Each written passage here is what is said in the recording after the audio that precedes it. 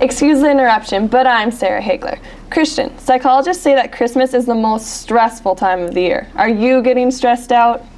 I'm Christian Quilving. I am totally stressed out. All month long, I worry about whether people are going to give me something that I really want or just a piece of junk, like clothing. You hear this, Mom and Dad? No clothes this year.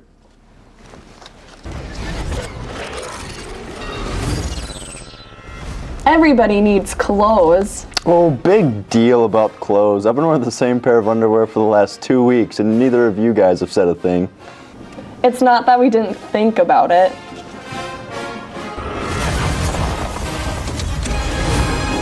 Welcome to another episode of ETI, boys and girls. Today we have fortune teller, toss-up, and we'll end with the big finish. But for now, we'll start off with headlines. Sarah, what was it like to play at the state tournament?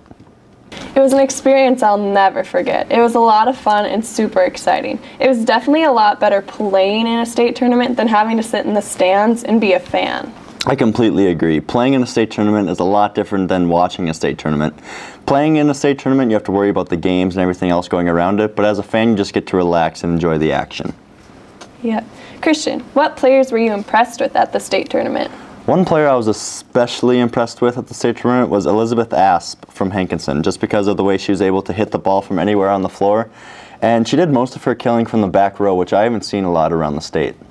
Yeah, she was pretty impressive, but I think Morgan Olson from Our Redeemers was more impressive. She's a setter and a right side hitter, and she dominated. She could score anywhere on the floor also. She was fun to watch.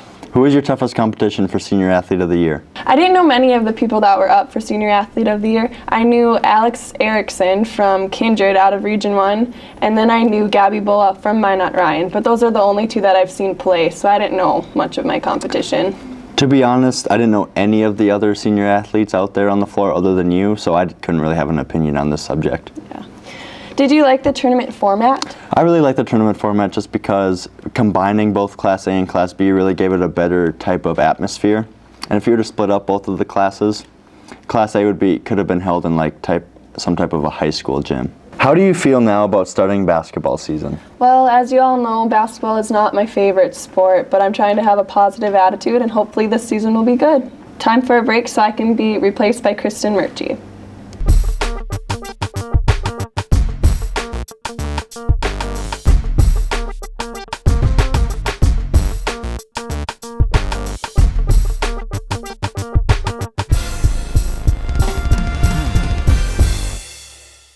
Welcome back. Now I'm joined by volleyball player Kristen Murchie. Kristen, what was it like to play in the region championship game against Langdon? It was a very fun game to play in. There's lots of competition and the intensity was super high. It was really fun. There was some discussion on preps about the announcing at the volleyball tournament. What did you think about the announcing? I didn't really like the announcing because I felt like they didn't have the volume up very high, and they had a woman doing the announcing. I don't have anything against women doing that kind of stuff, but I think if they would have had a man doing the job, I feel like it would have got their point across a lot better. I agree. She was pretty hard to understand, especially while there's other games going on at the same time. Did it feel like the team was nervous before the first game of the tournament? I think we were nervous, but they were good nerves and they helped us get past those really tough teams. You could definitely tell that right away that our team was nervous just by the way we came out. And it gave us fans type of like a uh-oh type of feeling. But once you guys got it back under control, we knew we had it in the bag. Besides the actual tournament, what else was fun about the experience? Speaking from the fans' point of view, I really enjoyed the type of format and where we were at, just because in Minot I was able to go to like any restaurant that I wanted and was able to go to the mall at any separate time, and I didn't have to worry about anything that the team was doing or what was scheduled for us. The stuff we did as a team was really fun, and our meals were always really good. Also, we got to go to the mall, so we got to do a lot of stuff too. How did it feel to get the winning point at the state championship? It felt really good, and Stephanie Miller actually, as I was running out onto the court, told me to get an ace, so I did it. Congratulations. Thanks. Time for a break. When we come back, we'll have fortune teller.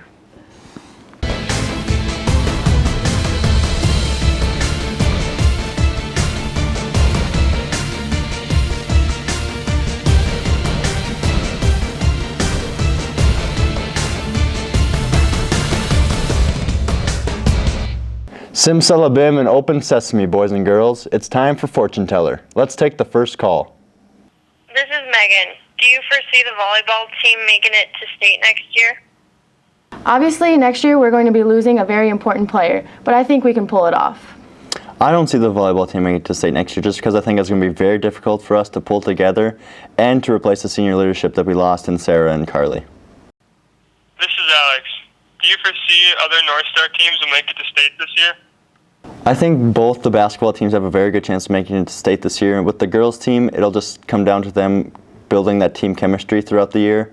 And for the boys, it'll be to replace all the people they lost due to injuries. I agree. I think they do have a chance, but it's going to be really hard competition. This is Larry. Do you see Dunseas having an impact in the boys' region? I can see them having an impact this year just because they come into our region as a new team and none of us have seen them play before, so it'll be difficult to get a scouting report on them. And they have one of the top players in the state in Trace Azure, who averages a double-double every single game. Yeah, I think they could be a big contender in the region, but of course all I know is from what I've read on preps. Now it's time for a short break, and coming up next we'll have toss-up.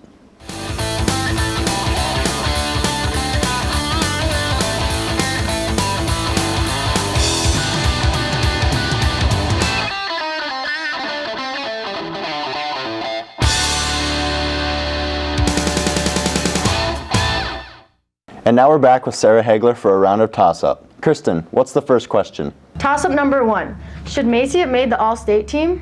I can't really speak on the voters' viewpoint of why they didn't put her on the All-State team, but one reason that I could think of is because most of the people that did make the team, they had All-State type stats all around the floor because they would play every single position, whereas she was more just in the front row. Yeah, it's hard to vouch for someone who only plays the front row. And I know 3 other players just from our region alone who had more impressive stats all the way around. Toss-up number 2. Who was the tougher team, Langdon or our Redeemers? I think Langdon was the tougher team. Their serving is almost impossible sometimes to return, and that is your first attack at a team when it comes to volleyball. Personally, I thought our Redeemers was the better team just because I feel like they had the better overall player in Morgan Olson just because she could have attacked us from anywhere on the floor. Toss-up number 3. Will Alex play at all this season? I don't think he'll play this year. He's moving way too fast in his recovery, and he's just going to get hurt again doing stuff he's not supposed to do. I personally think he will play this year just because from rumors that I've heard that his rehab is way ahead of schedule, and they're talking about him coming back around the end of January to early February. And now it's time for the big finish. Who had the most impressive cheering section at state?